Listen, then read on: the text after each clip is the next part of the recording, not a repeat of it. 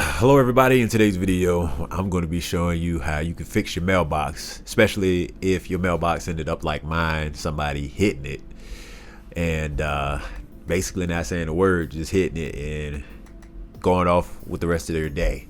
So you can see that my mailbox has a dent in it, and also the post is just plain down. So a wooden post is in the actual mailbox post that I got to take out. Luckily that's only two screws that need to be unscrewed there, and then I can take out that. The mailbox itself can still be salvaged even though it was dented. It won't dent it that much, thankfully, so this will be a relatively cheap fix. So you can see I'm starting off with taking out the screws, and then I can go ahead and pull out this wooden post.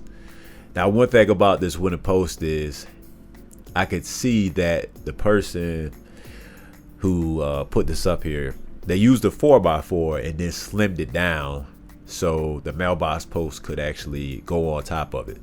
So the portion I'm actually pulling out is closer to like 2.5 inches by like 2.5 inches. I got that out, so put that down to the side. The next thing that I want to go ahead and do is just check to see how high it goes up, and it's about 3 feet high. So I want to try to get it to be close to the same size.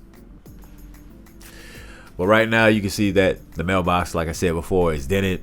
So I'm going to just use an adjustable wrench to help me with undoing that portion. Also the flap was dented as well. I'm just going to use a mallet to hit that to help with getting that straightened out. Yeah, so you can see I'm using the adjustable wrench now and just putting some pressure on it. But I'm use it not on the bottom, but I'm gonna try to use it on that whole side as well to help open it up. I still have a little bit of trouble getting it open, but it does open, so it's not that big a deal. After getting this open, the next thing I want to do is go ahead and get the mailbox mount off, which is at the bottom of it. And I actually got a replacement from Home Depot. It's the exact same size. There are screws on the side of the mailbox that you'll go ahead and just take off. It's about 6 screws.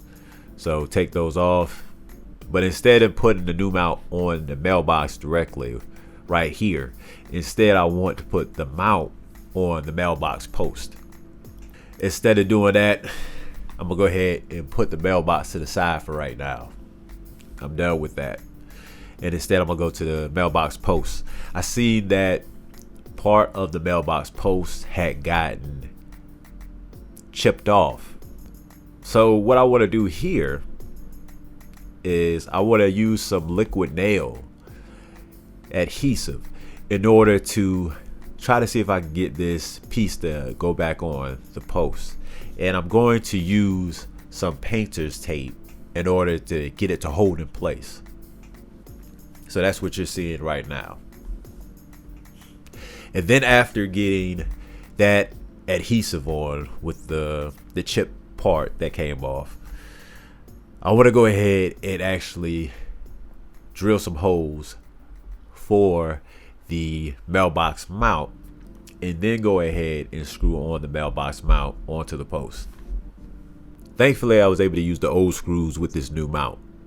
So after getting that done, I essentially have everything I wanted done to the mailbox post that I wanted to do. So I need to focus on digging up this hole so I can get that rest of that wooden post out, so I can go ahead and get the new post in. This took the most amount of time to do, because once you take out some of the ground and then you realize there's concrete on the ground as well, so I gotta dig around the concrete too. And then I'm using a mallet to hit the post, the wooden post, so I could try to help break up some of the concrete, or try to loosen it up at least a little bit. And I was able to do that. I was able to get out some of the concrete by doing so, but it still took, a good amount of time for me to be able to get the wooden post out. I mean, if I had to guess, I'd say it probably took close to 30 minutes to an hour. But after finally getting that post out, I could go ahead and focus mainly on the new post. The new post had to be slimmed down because I got a 4x4 and the mailbox post is a 4x4. The most that could go in there is basically a 2.5 by 2.5. So that's why I have the miter saw out. I also decided to cut it down a little bit from 5 feet to like 4 feet and some change to help with just easing the burden on trying to cut this down, to slim it down. So I started with the miter saw and then I finished the rest of it with a hand saw. So after cutting the appropriate amount, I went ahead and put the post down. Go ahead and level the post. And while I was leveling the post the first time, I put a piece of cement down and then put a second piece of cement down and then leveled it again.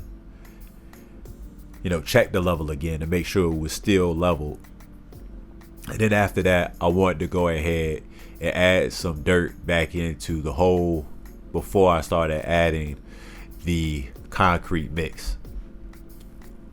After adding what I felt was a good amount of dirt, I wanted to go ahead and add the concrete mix right into the hole instead of, using a bucket to mix it in and all that stuff. I felt like it wasn't necessary. Even if I still would have had better consistency with the mix, I'd have been able to mix it better in a bucket or whatever. I felt like this was still the easier way to do it. And I was still able to get the concrete to form with the shovel and in the dirt, or in the hole rather. So it was still fine, and then just double checking as I'm going. I just want to keep checking to make sure that it's leveled. I'm adding some dirt in as I'm forming it because I want the concrete to be more narrow than wide.